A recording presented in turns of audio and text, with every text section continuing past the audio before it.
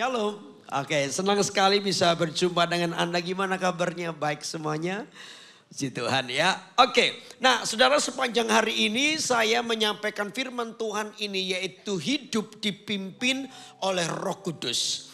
Di bulan ini gereja kita mengajarkan ini. Kenapa ini penting? Supaya kita tidak lagi hidup dengan diri kita sendiri, tetapi kita mau menjadikan Tuhan itu menjadi pertimbangan terbesar dalam hidup kita. Katakan amin. Apapun keputusan saudara, maka Yesus itu harus jadi pertimbangan yang terbesar. Kira-kira ketika saya melakukan A ini, kira-kira ini menyukakan Tuhan atau tidak? Kira-kira ini berkenan atau tidak? Kira-kira Tuhan senang atau tidak? Itu harus menjadi pertimbangan terbesar buat hidup Anda. Karena itu saudara, perlu untuk Anda ini menjalani sebuah kehidupan yang dipimpin oleh Roh Tuhan. Katakan amin. Karena itu saudara, sepanjang hari ini saya tadi pagi sudah menyampaikan tentang siapa lupa saya. Ahitofel. Lupa ya. Oh sudah ya, ini ya. Ahitofel. Ya, kita akan belajar banyak tokoh sepanjang hari ini. Yang pertama tadi pagi Ahitofel, yang kedua ibadah kedua Elia, ibadah ketiga tentang Mephiboset. Nah, yang ibadah keempat ini adalah Eliezer, ya, yaitu tetap setia dikala janji itu tidak datang. Siapa yang coba ingin tahu? Siapa yang tahu Eliezer? Ada grup A, Eliezer, tetangga saya. Oke, tetangga Anda. Yang B sini ada Eliezer siapa? Tahu? Nggak tahu. Oke, yang sana Eliezer nggak tahu? Oke, nggak tahu semua. Oke. Itu pentingnya Anda mendengarkan khotbah hari ini ya. Amin ya saudara ya. Oke, kita buka dulu Kejadian pasal 15 ayat 2. Eliezer itu adalah hamba dari Abraham. Ya, satu hari Abraham ini pernah mengeluh. Coba di Kejadian pasal 15 ayat yang kedua. Kejadian pasal 15 ayat yang kedua. Yuk kita baca ya. Oke, yang sudah ketemu katakan amin. Abraham dan amin. Abram ya. Oke, ayat 2. Abram namanya. Abram menjawab, "Ya Tuhan Allah, apakah yang akan Engkau berikan kepadaku? Karena aku akan meninggal dengan tidak mempunyai anak. Dan yang akan mewarisi rumahku ialah siapa? Eliezer orang Damsyik itu." Sampai di sini. Nah saudara, ini merupakan sebuah tradisi zaman dulu. Ya, kalau ada orang kaya sekali, lalu dia nggak punya anak, maka warisan itu akan jatuh di tangan seorang hamba yang dia percaya. Nah, Abraham ini punya hamba yang namanya Eliezer. Hamba ini adalah hamba yang dipercaya oleh Abraham. Dikenal baik, setia, dan lain sebagainya. Jadi satu hari Abraham ini kayak mengeluh begitu karena dia nggak punya anak, saudara. Janji Tuhan buat hidupnya itu anaknya dikatakan seperti bintang di langit dan pasir di laut. Jadi tapi itu nggak datang-datang. Makanya satu sore ketika Abraham baru pulang dari kantor misalnya ini ya. Dari kantor lalu panggil, "Ser, sini Ser. Aku pijeti kakinya dulu." Dipijeti sama Eliezer. Ini hak pujangnya. Lalu Abraham cerita, "Ser, kamu tahu ya, aku ini hartanya banyak. Tapi sayang, aku ini gak punya anak. Nanti ya kalau aku meninggal, hartaku buat kamu semua." Eliezer itu anak muda, sederhana dari desa sebelah. Ia bekerja di rumahnya Pak Abraham. Dia bantu jadi hamba yang setia, baik orangnya, baik anak muda itu. Dia hari itu kaget karena apa? Tiba-tiba berita itu muncul. Abraham bilang gini, "Ser, aku ini sudah tua. Hartaku banyak dan aku gak punya anak. Nanti ya hartaku buat kamu semua." Anak muda ini dijanjin gitu. Kira-kira menurut Anda, "Jangan Pak, saya mau bunuh diri aja." Kira-kira gitu? Enggak lah. Eliezer itu pasti senang, betul gak? Dijanjiin harta. Dia tahu banget tuh. Hartanya Pak Abraham ini banyak sekali. Kambing dombanya itu ribuan. Itu perlambang kekayaan pada zaman itu. Jadi Eliezer ini seneng banget. Dia ini bakal dapat harta nih. Hartanya banyak nih. Waduh, seneng banget. Ya, Sambil dia menunggu kapan hartanya datang. Ya mungkin doanya supaya orang tua ini cepat meninggal gitu kan. Waduh, kapan ini hartanya? Ditunggu-tunggu, ditunggu-tunggu, ditunggu-tunggu. Tiba-tiba datanglah mujizat buat Abram. Yaitu apa? Sarah hamil. Sarah hamil dan begitu hamil punya anak, melahirkan lagi ya. Melahirkan dengan sukses, nenek-nenek umur 90 tahun melahirkan dengan sukses, anaknya dinamakan Ishak. Nah begitu Ishak lahir otomatis janji kepada Eliezer itu batal. Karena apa? Harta kekayaannya Abram pasti jatuh di tangan siapa? Ishak. Nah disinilah ditentukan sikap hati dari Eliezer. Apakah dia marah dengan situasi itu? Janji yang batal itu membuat hatinya jadi jahat. Eliezer tuh punya kesempatan untuk bunuh Ishak setiap waktu loh saudara. Kalau dia hatinya jahat, hatinya nggak suka, gara-gara kamu ya maka apa tuh janjinya itu batal. Eliezer tuh bisa berbuat jahat loh sama Ishak. Karena hari itu mungkin karena Abraham sudah umur 114 tahun. 100 tahun lah, 100 tahun, 100 lebih. Ya, itu mempercayakan Ishak ini kepada Eliezer pasti. Kalau Eliezer hatinya jahat, dia mandiin Ishak umur 6 bulan. Oh, gara-gara kamu itu janji malah batal. Ishaknya dijendul gitu gara-gara kamu. Sudah gini, ayo, udah nggak sengaja dijatuhin. Pura-pura sabunnya licin gitu. Oh jatuh. Apa Abraham, anakmu mati. Kenapa gak sengaja jatuh? Aduh bisa begitu saudara. Atau apa waktu masih belajar jalan belum setahun lah. Belajar jalan gitu ya. Digandenglah Ishak sama Eliezer. Ayo belajar jalan, ayo naik atas ke bukit. Ya ini sebentar lagi jurang. Ayo 1, 2, 3 jurang. Ya, gitu. Bisa begitu loh. Kalau Eliezer hatinya jahat, dia bisa begitu. Tapi Eliezer tidak membiarkan hatinya jahat. Ini poin penting. Halo amin. Di mana dia taruh semua perasaannya demi kepentingan kerajaan Allah. Saya percaya saudara, kalau Anda adalah orang yang hidup dipimpin Roh Kudus, satu ini yang harus kita lakukan apa? Letakkan perasaanmu di bawah kehendak Tuhan. Katakan amin. Setiap kita ini punya perasaan, setiap kita ini punya keinginan. Tapi perasaanmu tidak boleh mendominasi kehendak Allah dalam hidupmu. Karena apa? Perasaan yang mendominasi itu akan membuat Anda semakin jauh dari rencana Allah. Karena apa? Iblis itu suka menyuntikkan perasaan-perasaan yang tidak benar dalam hatimu. Kalau hari itu Eliezer merasa aku kok di PHP aja. Ini tuanku ini jahat. Perasaannya dominan, akibatnya mungkin Eliezer bisa melakukan kesalahan. Tapi Eliezer membuktikan. Di mana ketika hatinya benar, ketika hatinya baik, maka Eliezer itu tetap menjaga apa yang menjadi kepercayaan tuannya. Saya percaya orang yang hatinya baik seperti ini adalah orang yang akan sungguh-sungguh diberkati oleh Tuhan. Katakan amin. Halo amin. Mata Tuhan itu tertarik kepada apa? Kebaikan hatimu. Kesetiaanmu teruji di dalam pekerjaan atau apapun. Saudara dimanapun Anda berada. Jadilah orang Kristen yang hatinya baik. Saya percaya kebaikan hatimu itu akan selalu diingat oleh Tuhan. Tuhan akan melihat bagaimana sikap hatimu, respon hatimu. Eliezer itu mengambil keputusan untuk tetap menjadi orang yang baik. Makanya itu saudara, bagaimana sikap Eliezer yang pertama yang harus kita pelajari adalah pertama adalah sikap hatinya benar. Coba katakan 2, 3. Respon hatinya itu benar. Kalau respon hatinya benar, maka saya percaya tindakannya juga benar. Katakan amin. Saya mau tanya dulu, siapa yang bisa melukai Anda? Siapa yang bisa melukaimu? Hah? Semua orang. Siapa yang bisa melukai Anda? Satu hari ya, ada cerita ya di Alkitab ya. Satu hari sampai itu Daud pergi bersama dengan seluruh pasukannya nih. seluruh pasukannya.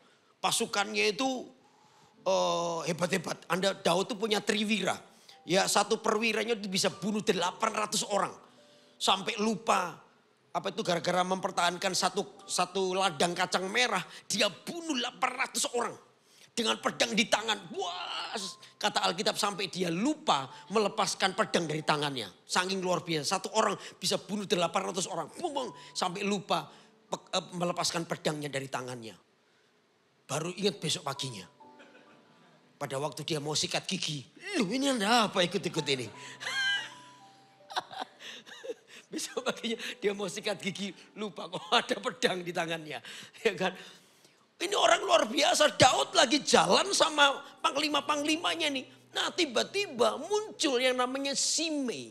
Simei bin Gera. Simei ini adalah keturunan daripada Saul. Ya, dia tahu hari itu Daud mengalami masalah. Dia lagi diberontak. Anaknya lagi memberontak, namanya Absalom. Lagi berontak kepada Daud. Makanya Daud meninggalkan kerajaannya didamping oleh para panglimanya. Daud lagi jalan, tiba-tiba di seberang sana. Itu Simei bin Gera itu mulai teriak-teriakin Daud. Kapok kamu sekarang. Syukur kamu sekarang ya. Sekarang anakmu sendiri berontak, kamu ini penumpah darah. Kamu yang bunuh Saul dan seluruh anggota keluarganya. Sekarang kamu ditimpa kemalangan. Kapok kamu sekarang. Diolok-olok begitu saudara. Daud cuman diem. Tapi seluruh panglimanya, apalagi yang namanya Abisai, itu melihat Simei dari seberang itu. Kenapa? Dia sebutin, kenapa anjing mati ini menghina Tuanku Raja. Perintahkan aku ke belakang, ke depan, tak penggal itu kepalanya. Daud gak usah ngomong, gitu langsung dipenggal itu. Untung Daud gak. Ayo Daud bilang, pergi aku nyebrang, suruh aku nyebrang, tak penggal kepalanya. Daud gak ngomong apa-apa, justru Daud marahin Simei. Iya bersikuran Simei, siapa itu? Abisai. Dimarahin Abisai, apa urusanmu dengan aku anak-anak Seruya? Apa urusanmu? Dimarahin. Kalau dia begitu jangan-jangan Tuhan suruh dia seperti itu. Gak usah kamu marah, biarkan. Jangan-jangan Tuhan yang suruh, anakku aja Absalom mau bunuh aku. Apalagi orang Benyamin ini. Biarkan dia begitu. Jangan-jangan Tuhan yang suruh dia. Sudah, tenang aja. Waktu saya baca itu saya kaget. Respon hatinya Daud itu begitu luar biasa. Itu yang membuat Tuhan itu berkata, aku berkenan kepada Daud. Siapa yang bisa melukai dirimu adalah ketika respon hatimu salah. Halo, amin. Anda ngerti omongan saya?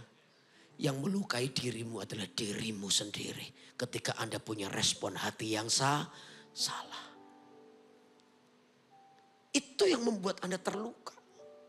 Yang membuat bisa melukai dirimu adalah ketika Anda punya respon yang salah.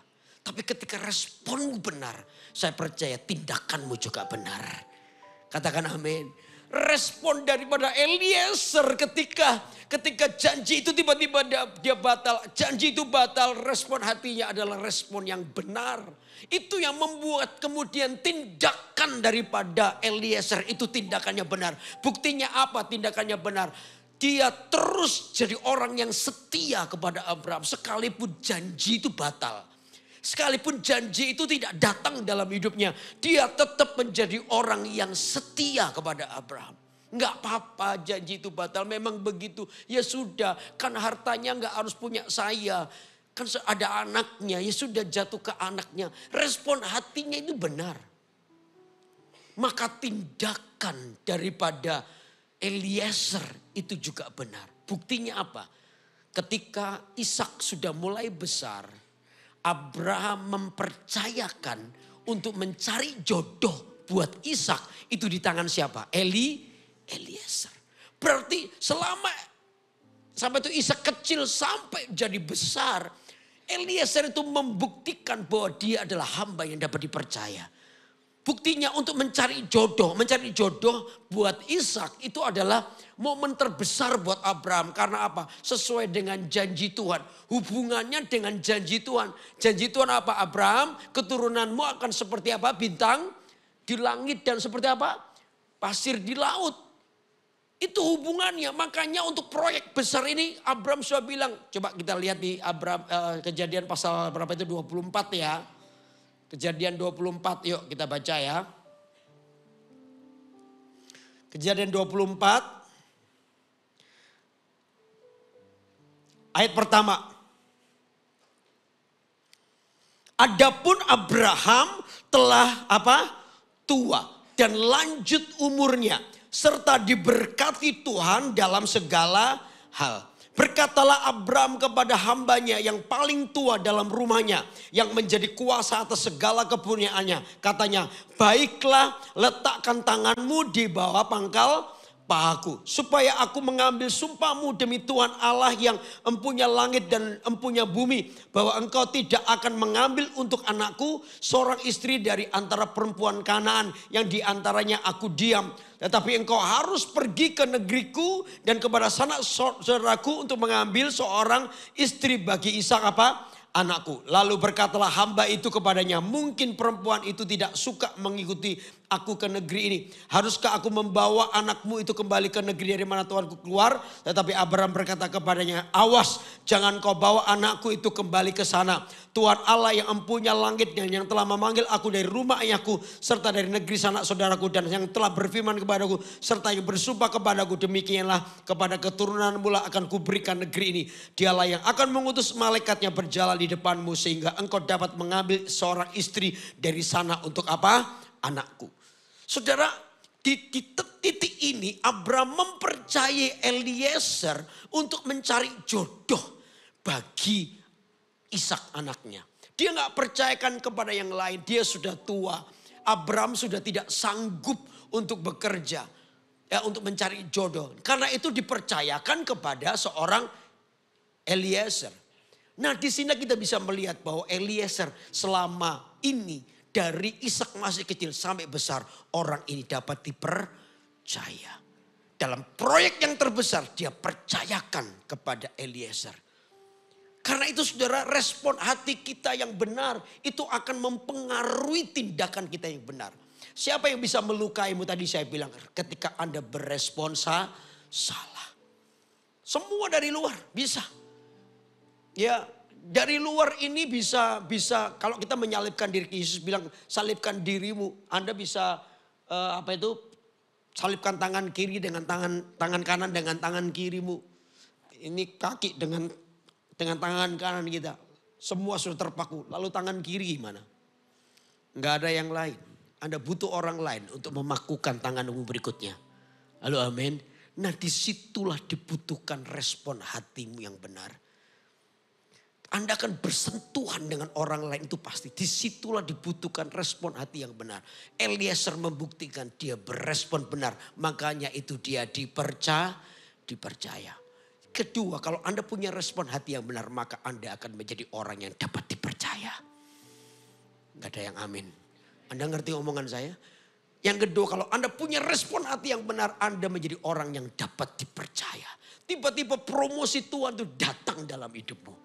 Nah, makanya itu Eliezer menjadi orang yang dipercaya oleh Abraham untuk mencari jodoh bagi Ishak anaknya. Nah, disinilah kita lihat kalau hatinya Eliezer itu salah, Eliezer itu bisa begini loh. Ketika nanti, Sir, kamu cari jodoh buat anakku Ishak ya. Ya, siap. Ya, jangan diambil dari negeriku. Oke, ya wes, oke. Eliezer itu bisa gini loh. Ya, tiba-tiba dia keluar, dia ketemu wanita di jalan. Kamu nganggur gak? Apa? Jadi istri Ishak ya? Mau ya? Nanti kita bagi 2 ya. Ya, menikah 3 bulan diracun aja itu Ishaknya ya. Nanti biar mati setelah itu hartanya. Yang tua gak usah diracun. Nanti itu mati sendiri sudah tua. Mati sendiri sudah tua ya. Oke, ayo sudah. Bisa begitu loh. Eliezer itu bisa kong kali kong. Untuk apa? Sesuatu yang lain. Hatinya jahat kalau begitu. Tapi Eliezer gak lakukan. Justru kebalikan. Apa yang Eliezer lakukan? Coba lihat. Ya, coba lihat ayat 12. Pasal 24 ayat 12 kita baca. Yuk. Nah ini. Lalu berkatalah ia. Tuhan Allah, Tuanku Abraham. Buatlah apa? Kiranya apa? Tercapai tujuanku pada hari ini. tunjukkanlah kasih setiamu kepada tuanku apa? Abraham. Oh ini luar biasa. Di tengah-tengah janji yang batal, Eliezer ini lalu berkata ketika dia ditugasi untuk cari jodoh itu, dia pergi lalu dia berdoa, Tuhan buat perjalananku ini berhasil. Supaya aku dapat temukan jodoh buat anaknya Tuhanku itu, yaitu namanya Ishak. Supaya tepat, Tuhan berkati. Saudara tahu nggak, orang yang melibatkan Tuhan di dalam segala usahanya, pasti orang ini ingin hasil yang terbaik. Betul nggak? Halo, betul nggak? Kalau Anda mau usaha, lalu Anda undang saya atau Pak Jul atau siapa siapa nama? Henry. Tiba-tiba dicuri burung. Henry, untuk apa? Untuk doakan usaha Anda. Itu karena apa? Karena Anda pingin usahamu menjadi hasil yang terbaik. Tuhan memberkatinya, betul nggak saudara? Lihat ini saudara, mentalnya Eliezer di tengah-tengah janji yang batal. Orang ini tetap berusaha untuk kasih yang terbaik. Halo amin. Ini mentalitasnya. Maka yang kedua tetap memberi yang terbaik. Karena apa? Dia pingin perjalanannya berhasil. Mentalitas kayak begini yang Tuhan mau berkati. Di tengah-tengah janji yang batal, orang ini tetap pingin beri yang terbaik. Itu gak gampang loh. Tapi Tuhan tuh berkenan kepada sikap hatimu yang begitu. Kasih yang terbaik. Gak apa-apa. Dia berdoa, Tuhan berkati Tuanku Abraham. Supaya aku ketemu dengan jodoh untuk anaknya Ishak. Tuhan berkati. Dia berusaha untuk kasih yang terbaik. Dan saya percaya mata Tuhan itu tertarik kepada orang-orang yang punya mentalitas kayak begini. Belajar kasih yang terbaik. Mata Tuhan tuh melihatnya. Siapapun kita, sesederhana apapun. Suatu hari saya pernah kedatangan seorang ibu, saudara. Ya waktu saya menjadi gembala di Manado, merintis GMS di Manado, tiba-tiba ada seorang ibu datang kepada saya. Ibu itu pakai, orang Jawa sih, pakai apa itu? Sewek, apa sewek itu? Sewek itu apa? Anda tahu ya sewek itu? Jarik tahu? Hah? Anda ngerti gak pertanyaan saya ini? Sama gini loh. Anda ngerti? Jarik apa tuh? Ya jarik kan, tahu ya? Yang dibebet ya orang Jawa tua itu loh. Itu jari Pak. Ya jarik. Jadi ibu ini orang Jawa lalu menikah sama orang Manado. Dia tinggal di Manado. Tapi suaminya sudah meninggal. Ibu ini penjual sayur di pasar.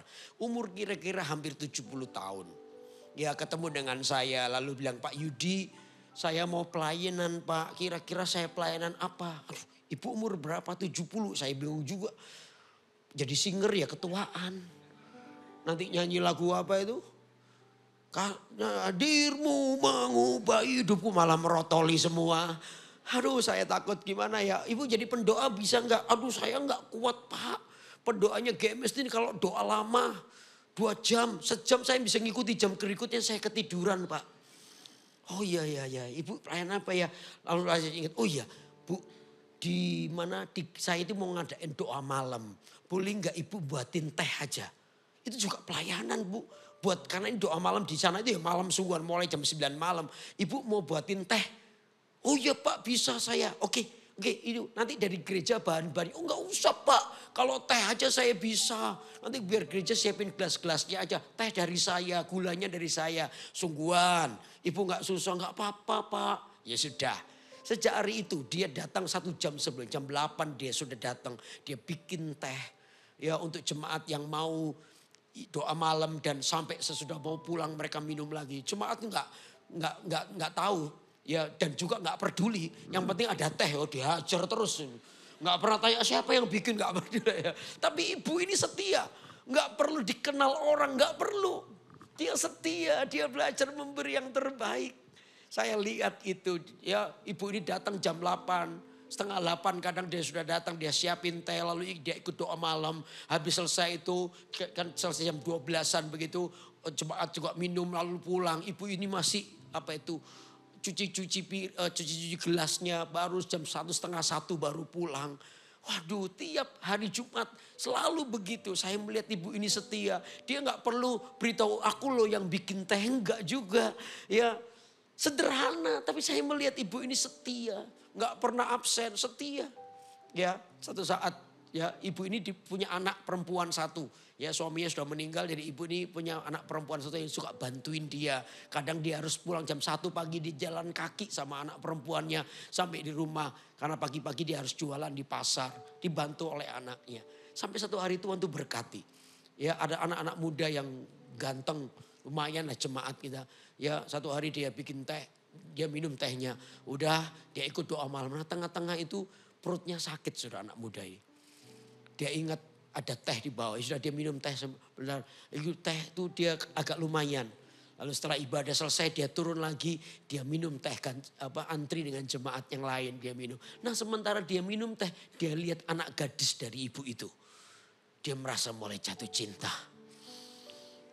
Akhirnya pemuda yang datang kepada saya, kok kenal sama wanita itu? Lu kenal, itu anaknya ibu itu. Kenapa? Aku kayaknya jatuh cinta ya. Gue bilang, sungguhan lah, ya sungguhan. Tetapi itu anaknya ibu itu loh. Saya tahu bapak ya, saya bilang sama dia, kamu tanya bapakmu dulu. Ya karena ini memang anak, maaf ya, bukan. Tapi ini lumayan berada, jadi takutnya kesenjangan ekonomi dan sebagainya jadi masalah nanti. Saya bilang sebelum jadian kamu tanya orang tuamu dulu.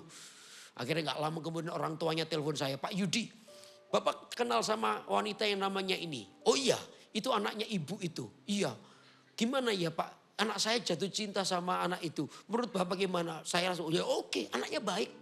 Anaknya oke kok, baik kok. Dia cinta Tuhan kok. Iya Pak, sungguhan. Iya, cuma ya itu anak ibu itu dia janda dan penjual sayur. Oh enggak apa-apa Pak, enggak masalah buat saya. Ya sudah, yang penting anakmu oke. Ya dah oke, jadian saudara. Akhirnya jadian. Wih seneng anak itu. Ya ibu itu tetap Jumat bikin teh terus. Sampai akhirnya mereka mau menikah. Ya mau menikah, wah senang saya melihat ibu itu, saya berkati pernikahannya. Ibu itu bisa mengikuti gitu pernikahan anaknya, dia senang banget. 2 minggu kemudian ibunya datang kepada saya.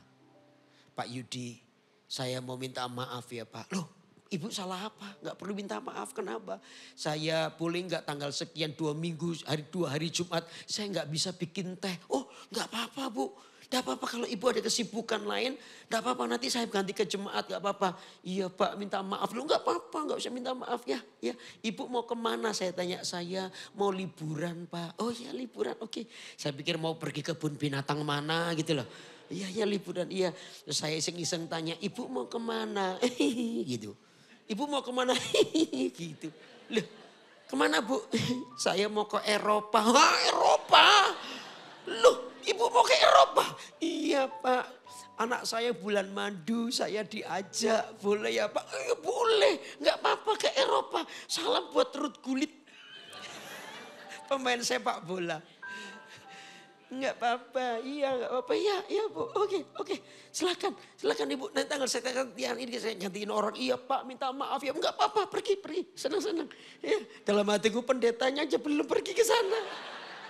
Kamu sudah pergi ke sana. Simple, ketika ibu ini pergi saya senang banget.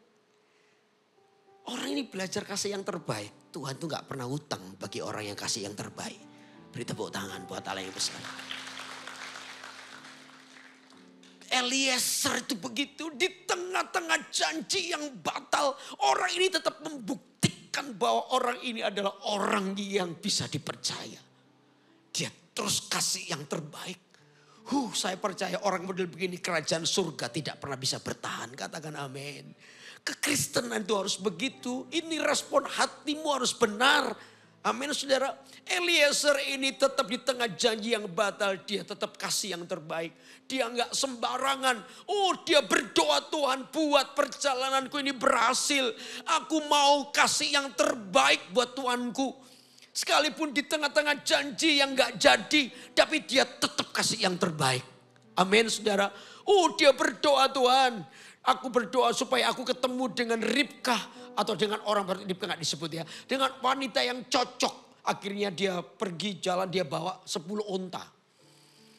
10 onta saudara. Lalu dia mendapatkan, lihat ada satu sumur di mana di situ wanita-wanita Ibrani suka menimba air. Ya menimba air. Satu buyung-buyung begitu loh. Menimba air.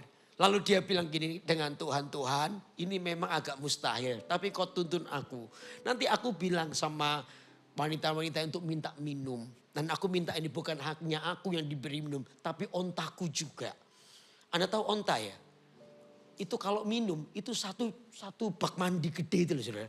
Itu satu onta. Ini 10 onta. Bayangin saudara. Jadi waktu si Eliezer itu datang, aku mau minta minum ya. Oh ya gak apa-apa, sekalian ontaku. Wih najis ngawur aja kamu itu. Si perempuan tuh pasti ngomong ngawur aja kalau satu kamu boleh tapi kamu ontamu itu.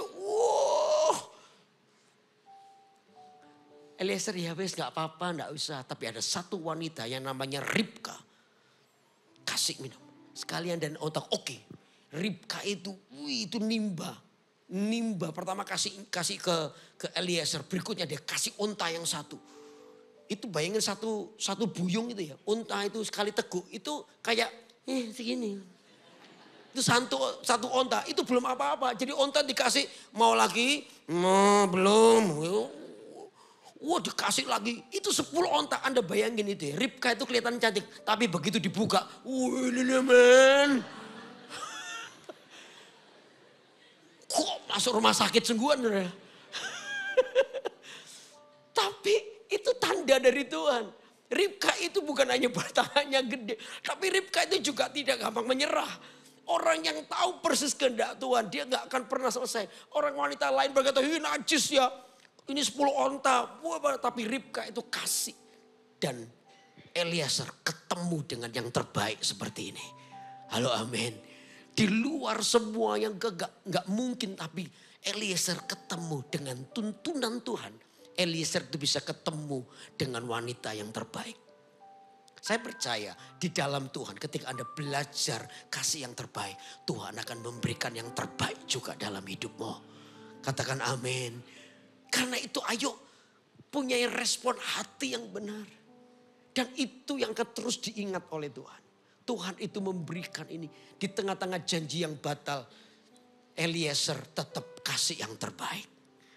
Nah, pelajaran ketiga sekarang. Yang ketiga ini yang saya pelajari saudara. Ini yang saya pelajari.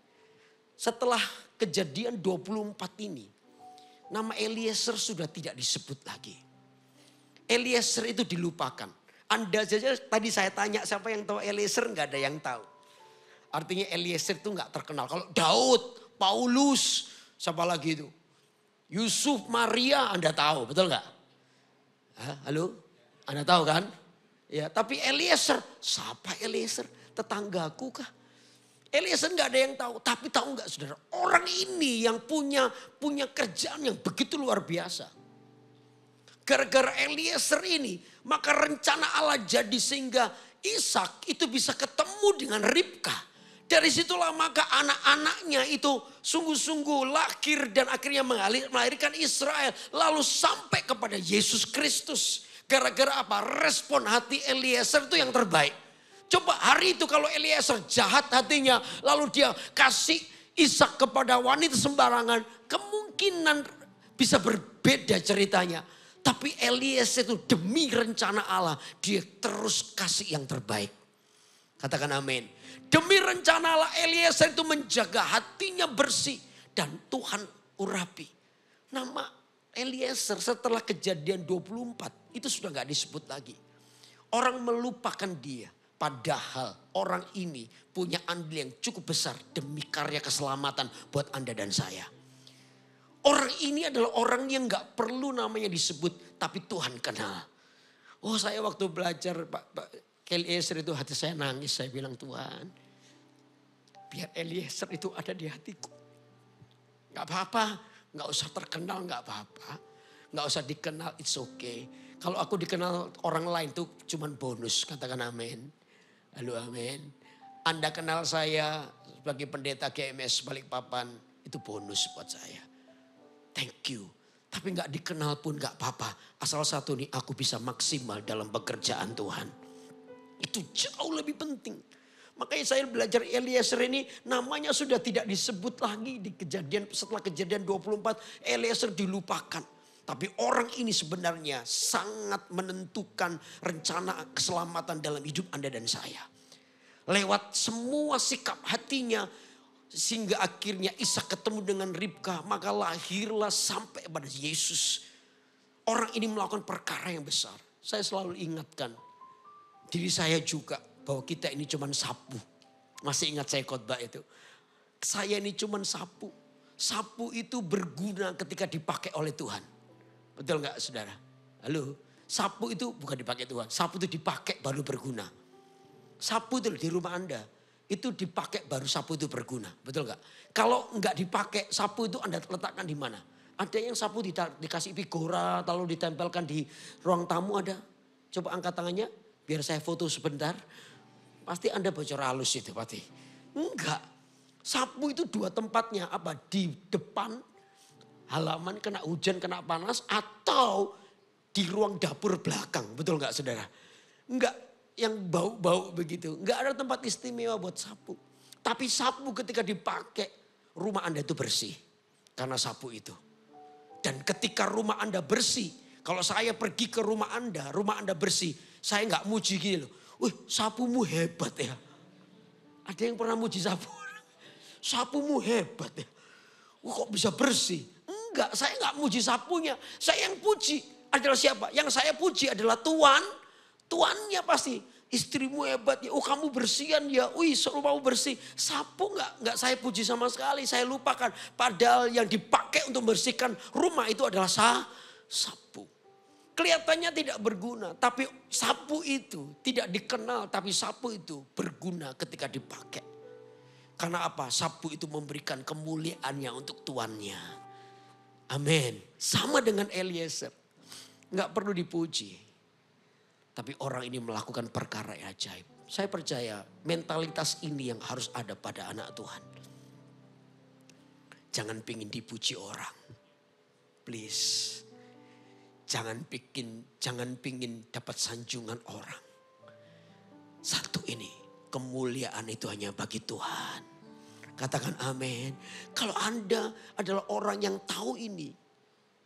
Pasti ini loh. Di tempat yang tersembunyi sekalipun. Ketika orang lain tidak tahu. Ketika orang lain tidak melihat. Anda tetap melakukan apa yang benar. Karena kebenaran yang kau lakukan tidak perlu dipuji orang. Kebenaran yang kau lakukan tidak perlu dilihat orang. Gak perlu. Itu diri Anda dan saya. Saya belajar Eliezer ini seorang yang sederhana. Di tengah-tengah janji yang batal. Orang ini tetap belajar memberi yang terbaik buat Tuhan. Saya percaya mentalitas yang seperti ini adalah mentalitas yang diberkati oleh Tuhan. Halo amin. Anda mau diberkati Tuhan? Ayo kita belajar dari seorang Eliezer. Kehidupan yang terus dipimpin oleh Tuhan. Orang ini adalah orang yang bukan mau cari pujian orang lain. Tapi orang ini harus menjadi orang yang dikenal Tuhan. Audiens hidupnya itu cuman Tuhan. Audiens hidupnya itu cuman Tuhan. Dia gak perlu orang lain yang cuma tahu Tuhan lihat hidupku. Tuhan lihat di tempat yang paling rahasia. Di tempat secret place sekalipun orang lain gak tahu. Disitulah aku melakukan apa yang benar dan Tuhan tahu. Dan saya percaya untuk itu Tuhan memberkati hidupnya. Halo amin saudara. Halo amin. Nah hari ini kita belajar tentang Eliezer. Ayo biar ini sungguh-sungguh menjadi mentalitas kerajaan Allah dalam hidup Anda. Saya percaya Tuhan pasti memberkati hidup Anda. Yang ngerti beri tepuk tangan buat Allah yang besar. Haleluya. Yuk kita baca sama-sama ya. Eliezer tetap setia di kala janji itu tidak datang. Satu apa? Ayo kita baca sama-sama. 2, 3. 1. Yang kedua. Ketiga, mengembalikan kemuliaan hanya bagi Tuhan. Saya percaya Tuhan pasti memberkati kita. Beri tepuk tangan sekali lagi buat Allah kita. Mari kita bangkit berdiri sama-sama.